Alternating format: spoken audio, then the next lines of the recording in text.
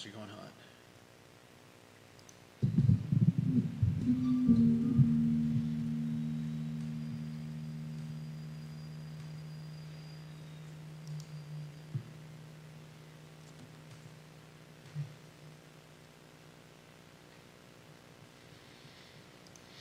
All right, viewers and listeners, take a look at the screen for today's headlines. We'll get rocking and rolling here in a matter of moments on the I Love CVille show.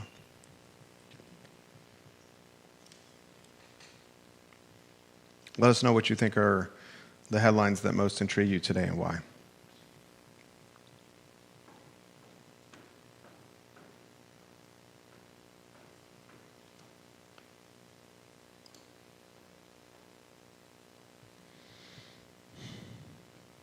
Judah, I'm going to ask you which headline intrigues you the most. We're live on my Facebook page, Judah. We're live on the group, Judah. Excellent. We're live on I Love CVille Food. We're live on I Love CVille. Like and share the show, viewers and listeners. Like and share the show. Something came up at the tail end of Real Talk with Keith Smith that I think I need to relay to you. I'm going to ask you a very straightforward question. Does the city of Charlottesville have a revenue problem? We're going to offer some metrics that may suggest the city of Charlottesville has a cash flow problem and what that could mean for you, homeowners, tenants, small business owners, citizens and taxpayers of Charlottesville, Virginia, in the very near future. That topic on today's show. We will highlight that Charlie Kirk's killer was captured, apprehended, as a result of his father turning him in. Yeah. A lot we're going to cover on the program, ladies and gentlemen, on the Friday edition of the show. This is the last show of the week, and remember, we are off next week. Like and share the program, like and share the show. Vacation next week, a well-earned vacation. Judah hobnobbing with the rich and famous in the Outer Banks. Is it Duck you're going to, or Corolla? It's Corolla Light. Hobnobbing and Corolla Light with the rich and famous. Pinkies up, pinkies up. Yeah, I'll be gone. Anyone wanting to rob my house, go ahead. I'm not sure why you would ever say that. Well, because you usually don't announce you're going away when you're going away, so people don't... They know we're not doing a show. Yes, they do. And they tune in at 12:30 every day. Yeah. All right, we can rock and roll when you're ready. But you certainly reiterated it. All right, you ready to rock and roll? Which headline most intrigues you and why? I think the one I'm most intrigued by is Councilor Michael Payne showing some... Me too. Showing some... how do I want to put this? Common sense, maybe. I appreciate the fact that he's a voice of reason on the city council, and he's basically said the same thing that I was thinking, and probably some other people were thinking as well. Which was what? That this is a large cost to be paying to someone out of That's what we've been saying on the show. Out of city, and that it would have been better proposed as an in-house project. Yeah. I mean, just utter common sense. Yeah. All right, let's rock and roll in the program. Quiet on the set.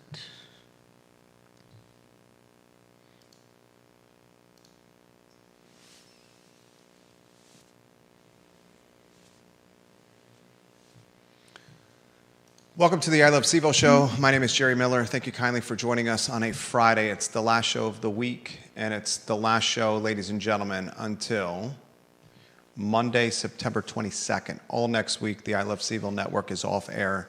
We are on vacation. Judah with his family in the Outer Banks.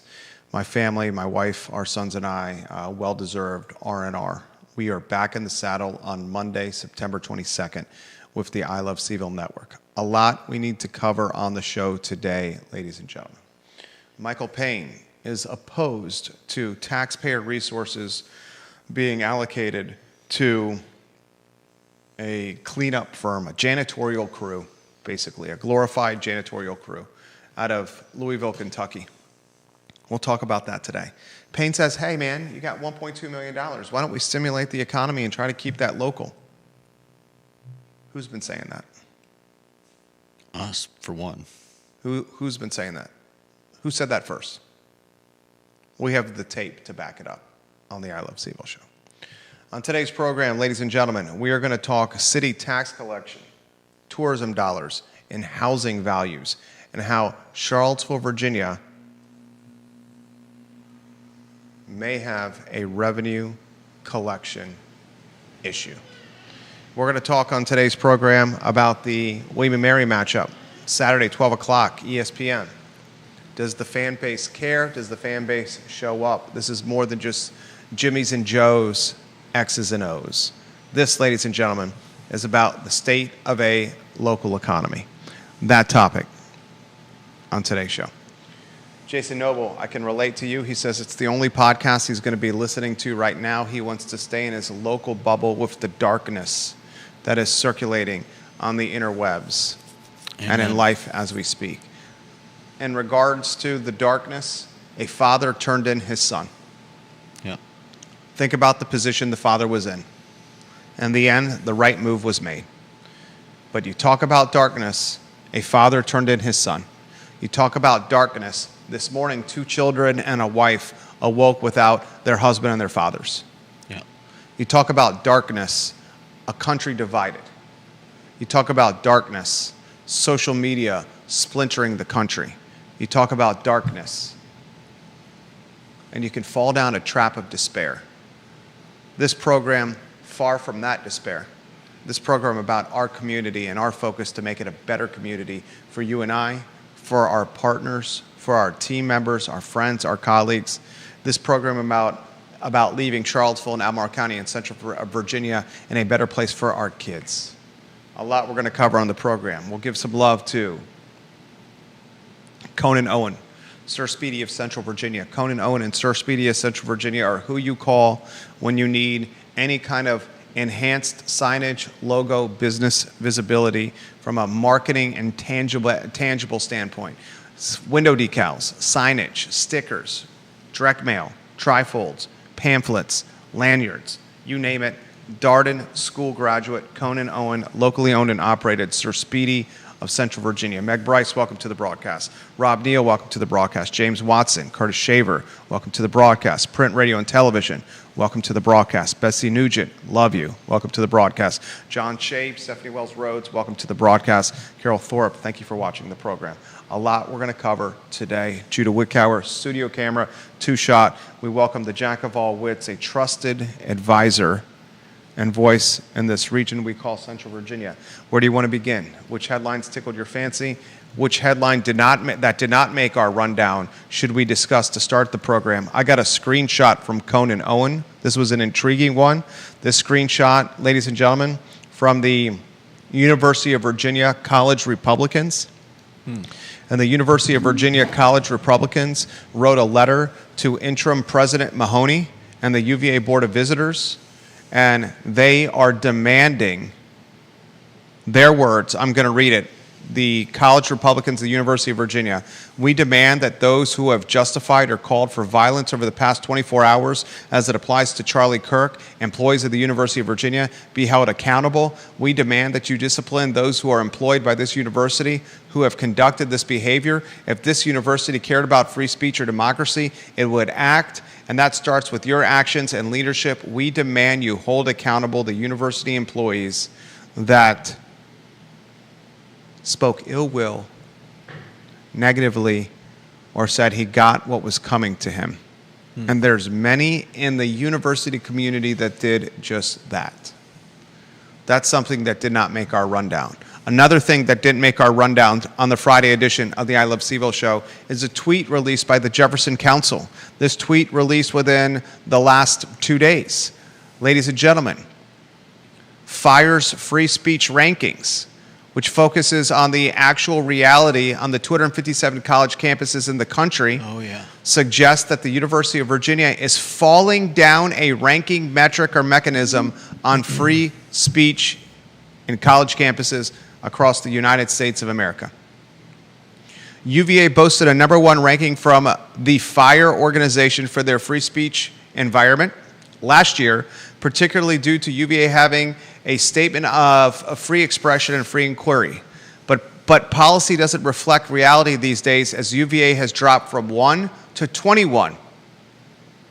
And it has an F ranking in 3 of 6 categories, with no higher than a C ranking in any of them. Wow. That did not make our rundown, ladies and gentlemen. So here you have a third party saying the University of Virginia is not doing a good job with freedom of speech.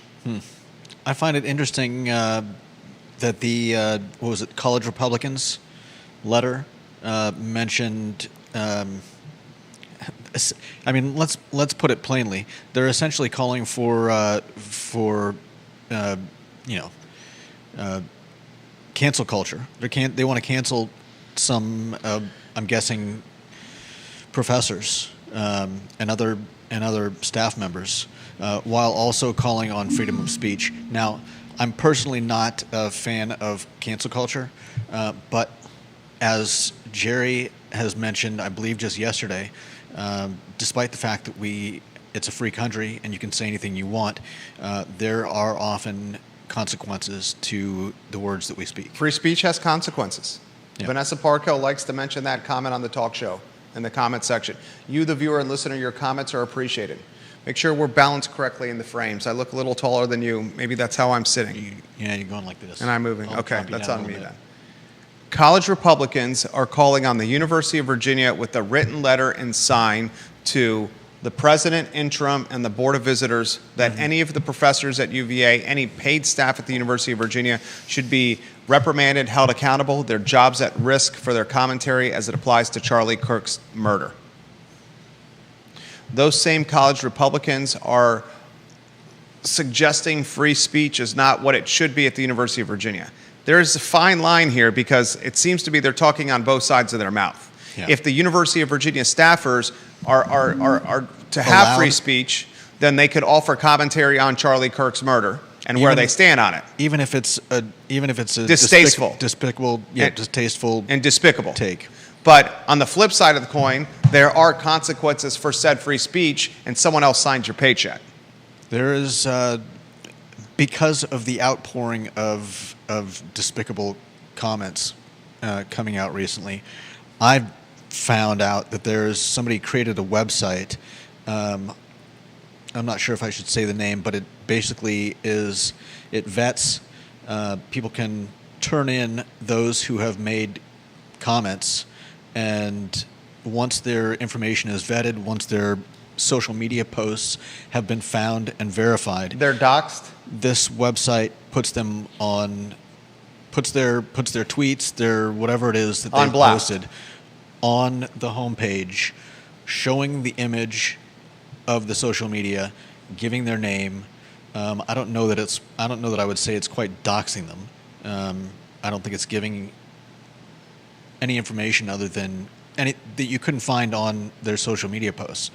But that being said, I hate any of that doxing rhetoric. I'm not a fan of I it hate either. any of the doxing rhetoric. I hate any of the narking stuff. Like when Youngkin rolled out the narking phone number at the beginning of COVID.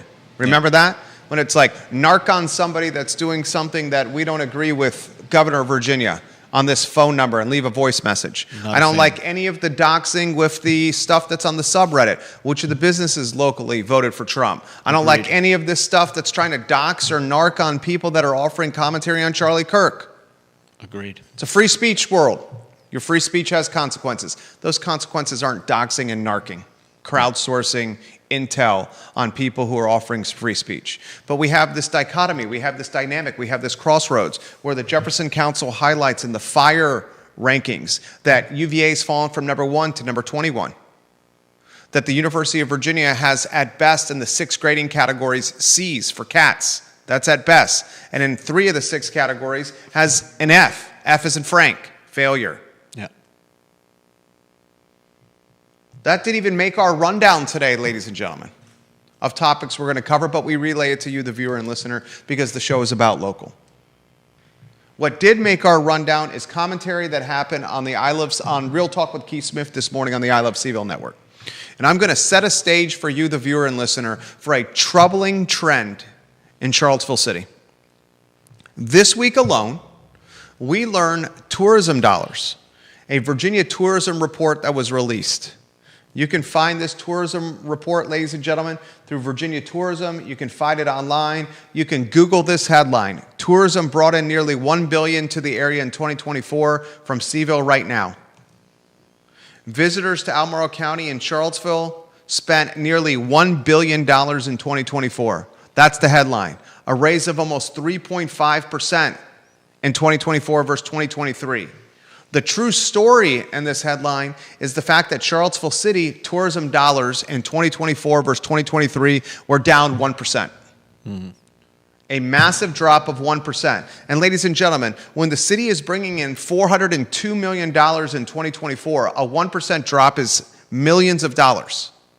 It's millions of dollars. And that's what the city generated in tourism in 2024, $402,600,000, a 1% drop versus 2023. That's the first KPI that should concern you. The second KPI that should concern you is the first quarter Chamber of Commerce year-over-year local sales tax revenue collection report.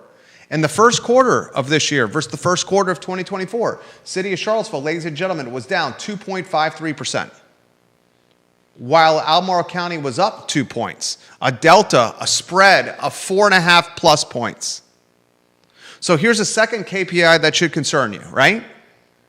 First quarter of this year versus first quarter of last year, sales tax collections was down. That does not include meals tax or lodging tax. That does include internet tax collection.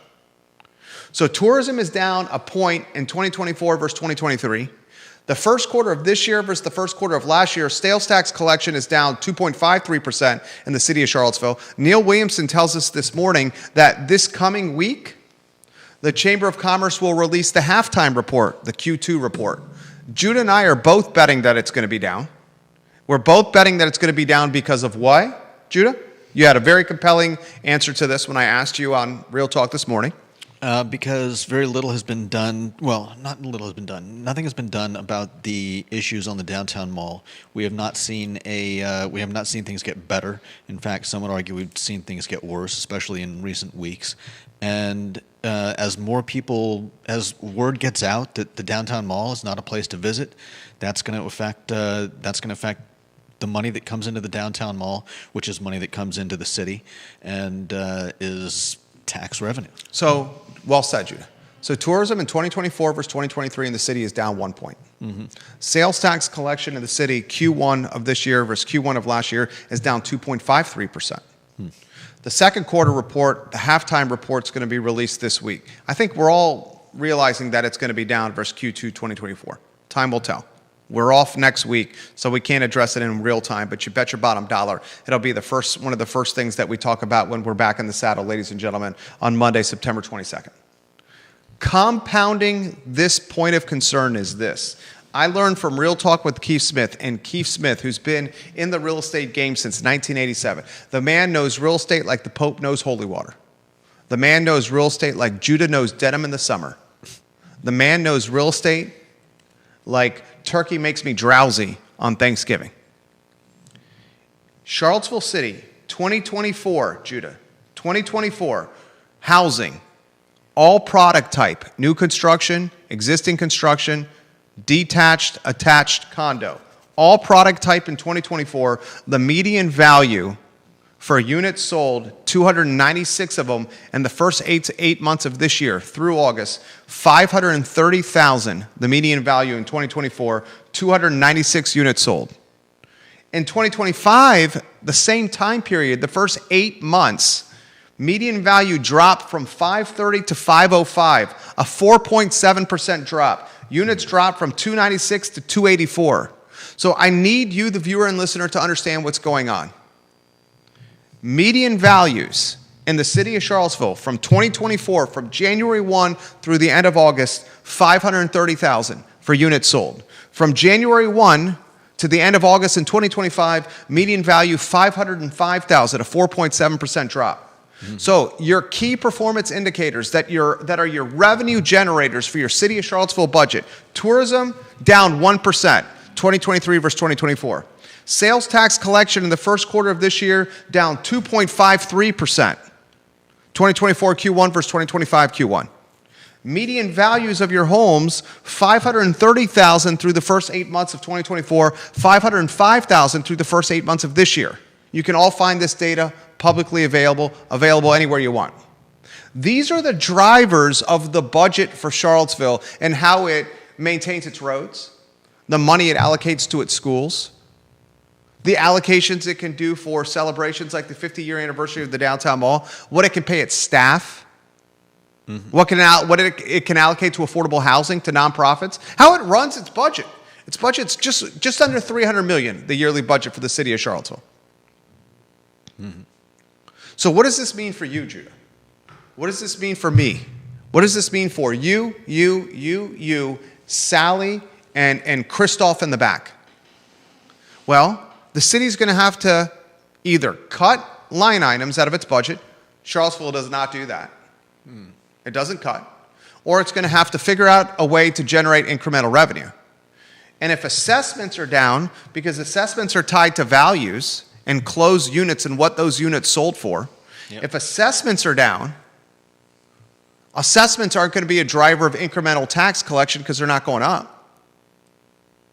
Then the lever they have is meals tax, lodging tax, sales tax, real estate tax. Somebody watching Real Talk with Keith Smith this morning, connected guy, super connected guy, City Hall type of guy, that kind of connection, sent me this text this morning. I'm not going to utilize his name. Super connected guy. A guy who's got a little gamble to him. He says, what is the over-under on the increase in the real estate tax rate for the city next year? I'm going to put the over-under benchmark at 2.5 cents. City revenues are down, and boy, oh boy, do they have obligations to pay. So what happens if the city, I take the over on that. What happens if the city raises the real estate tax rate by 3 cents? What's that going to do to city values? What's that going to do to the economy? What's that going to do to home values? If they raise the real estate tax rate to make up for this deficit, what's that going to do to the economy?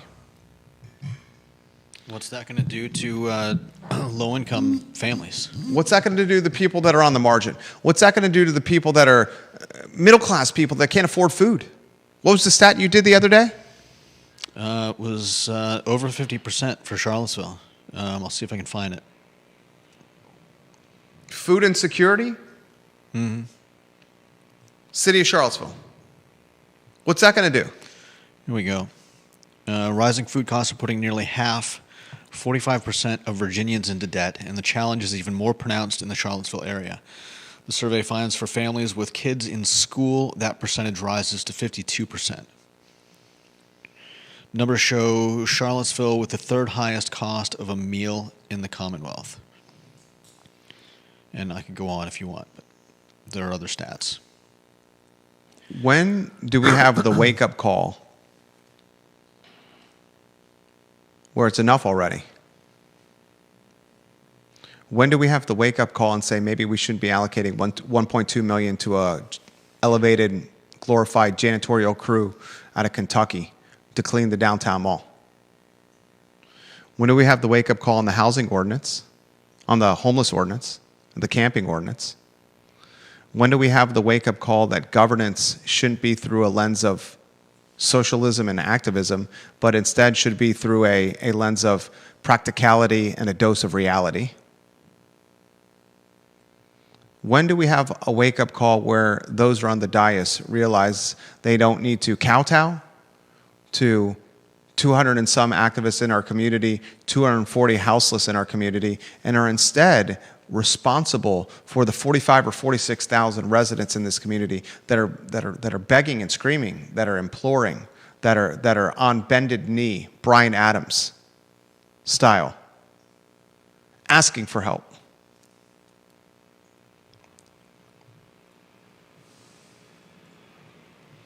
Mike Payne shows a little bit of common sense. Judah Wickhauer. He definitely does. I really appreciate that in him. I don't always agree with what he what he has to say. I wasn't real thrilled with his performance at the last city hall meeting, city council meeting, where his But, commentary with the police chief came across disingenuous when he's asking Chief Kachis while he's presenting the shelter and camping ordinance to council, asking him questions as if it was Chief Kachis that came up with the ordinance, not as the if he true hadn't- reality of. as if he hadn't been hearing about it since April.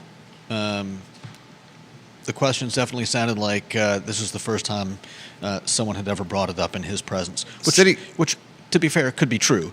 I'm just saying. We know that there were 221s going on, but we don't have 221's the chief meeting with counselors. I know.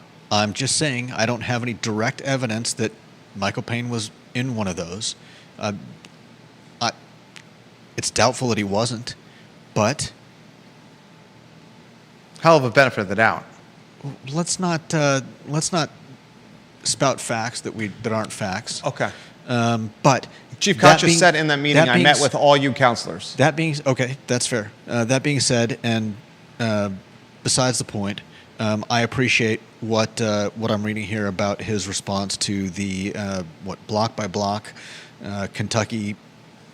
The program janitorial crew from Kentucky is that's getting $1,200,000 of taxpayer resources. The same thing we've been saying for the last 2 days. What are you doing? Mm-hmm.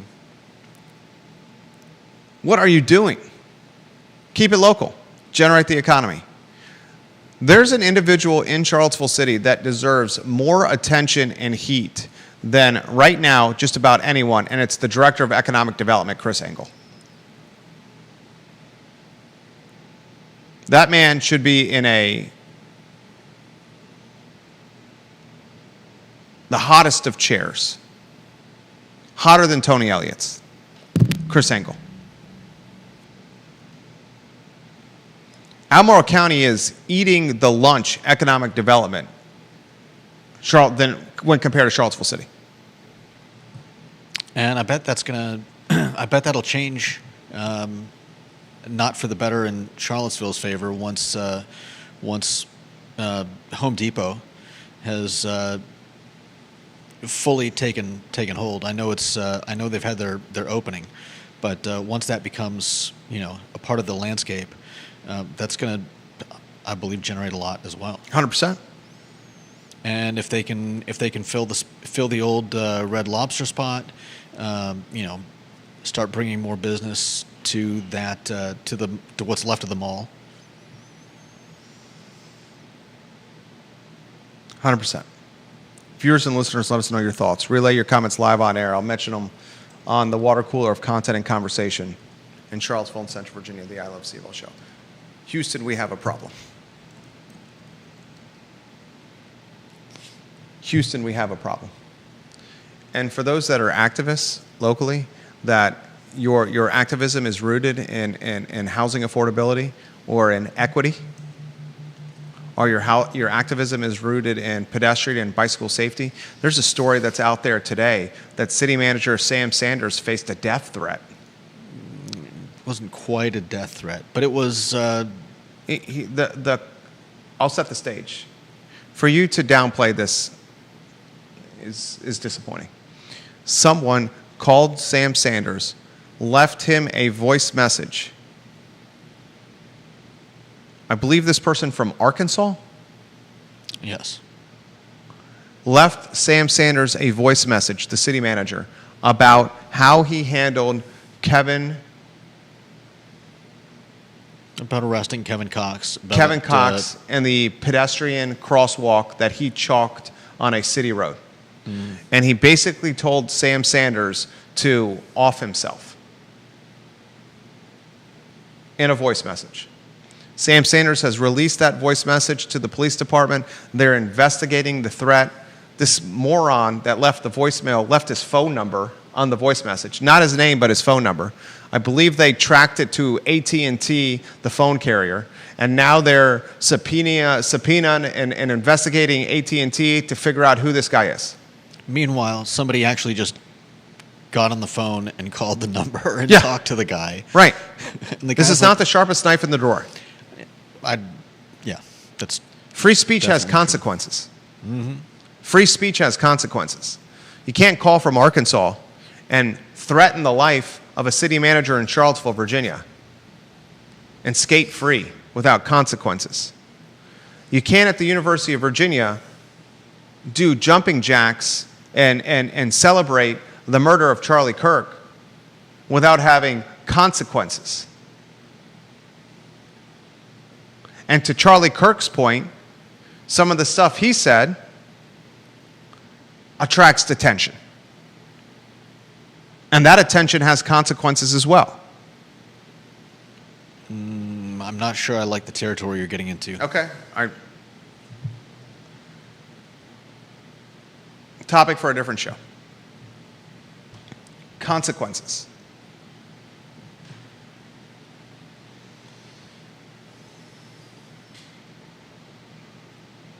Even Natalie Ostrin, who I think is the least institutionally savvy of any of the counselors, is saying on the dais and on the record that we have a revenue problem in the city.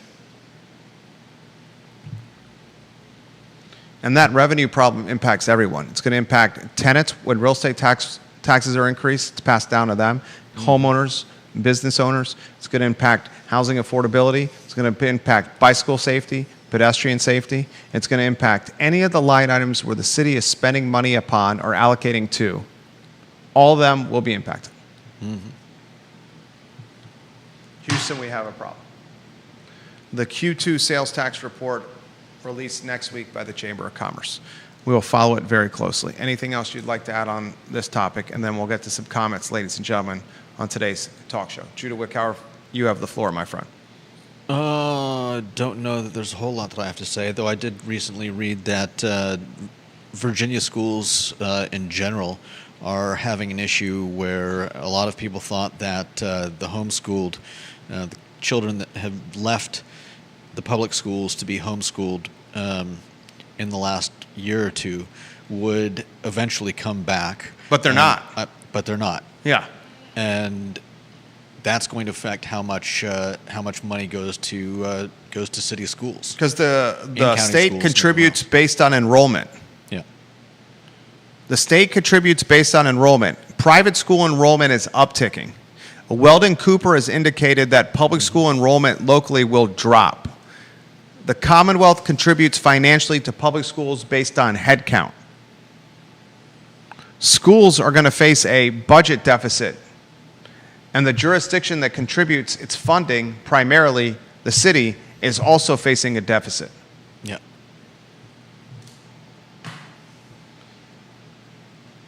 Next topic on the show. What do you got, Judah Wickower?